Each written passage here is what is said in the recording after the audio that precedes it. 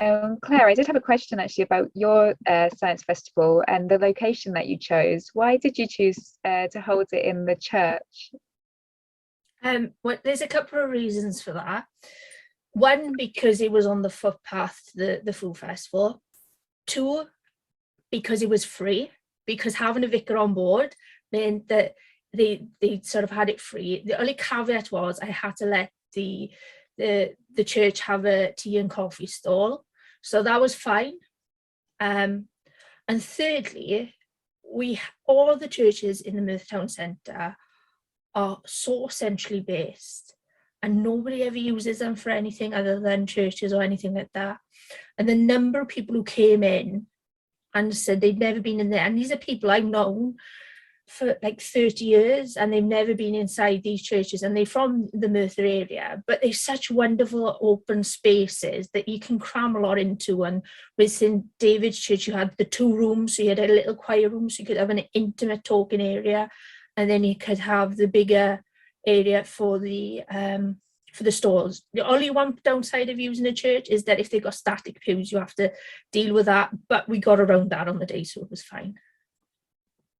It's a really good idea, actually. And like you say, churches are often quite centrally based in many different towns. So it's a nice idea to think of that. I was also wondering, Hepsi, about your festival. What would you say maybe your proudest moment has been setting up this festival? For us, it would be year 8, 2018, when we had a lot of young people now come on as volunteers, because really ultimately what we want, where we want to be getting to, is a festival by the people for the people. So we really want them to take ownership going forward. And as Claire had said, well, I haven't quite cried yet. And so, but it can be quite stressful when you don't have a team and you're trying to just rely on network for support and everything else to run smoothly on the day. And so it's great that we did have interest, mostly from the young people, to be a part of the festival. And yeah, we've been dead for 2 years, but I do hope when we come back next year, everyone is still going to be just as keen to like, yes, sign me up. Do you think it gets easier the more years you run it, or does it just it stays the same level of challenge? In my experience, do you know what? I was kind of glad 2020 didn't go ahead. I was starting to feel super overwhelmed because it was growing bigger than me. And I was thinking, oh my gosh, we just get planet now and there's so much to be done. I didn't even know where to start, and then everything was shut down. So hey ho. But no, it doesn't get easier. I suppose it would get easier if we did have a team of volunteers who were supporting to drive it forward. But if you lead in on a festival that keeps growing, it comes to a point where it really becomes unmanageable for one person. So that's something to look forward to, Claire. Doesn't get easier for your next ones. Ruth says, thank you, Claire and Hepsi. Her question is about funding.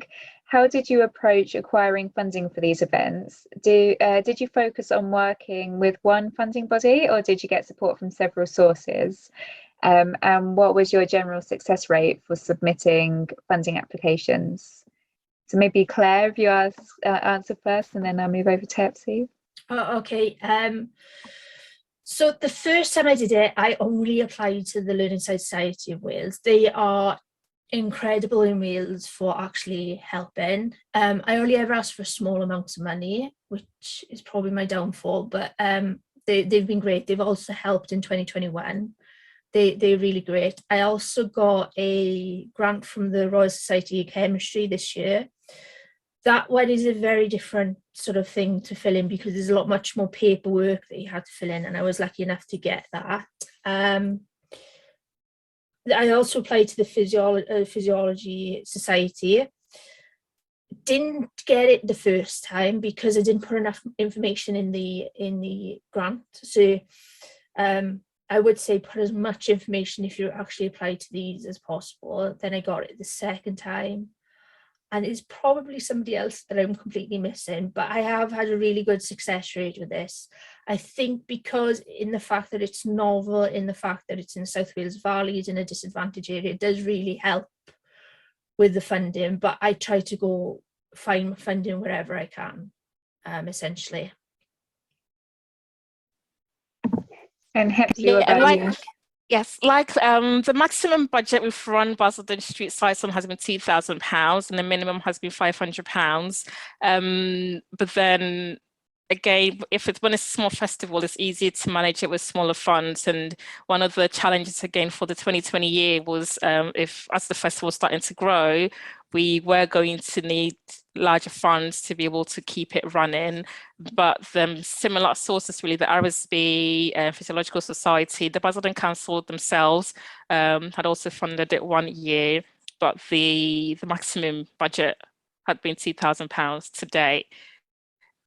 Going forward, we need a lot more, and it'd be great to see what other festivals are doing, because we're outdoors, so we need marquees. I had 3 marquees in my garage that we could rally around friends and neighbors to set it up, but then as it was getting bigger, we needed to outsource things like that, and then they start getting costly and thinking, oh my gosh, who's going to fund this?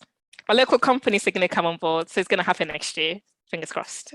Well, that would be good. Yeah, to have local companies on board. There's some different funding then, I guess, from charities and private companies as well.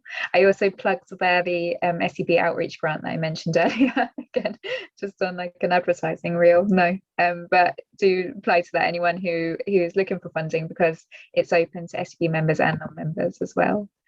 Do we have any more questions at all for the speakers? Ruth says, very helpful. Thank you to both of you for that answer. Okay, it looks like that's all the questions that anyone has about this. But thank you so much again for your talks and for those answers. Very useful for anyone who's either planning on setting up their own science festivals, I suppose, but also just great to if some of those tips are useful for just other outreach events as well.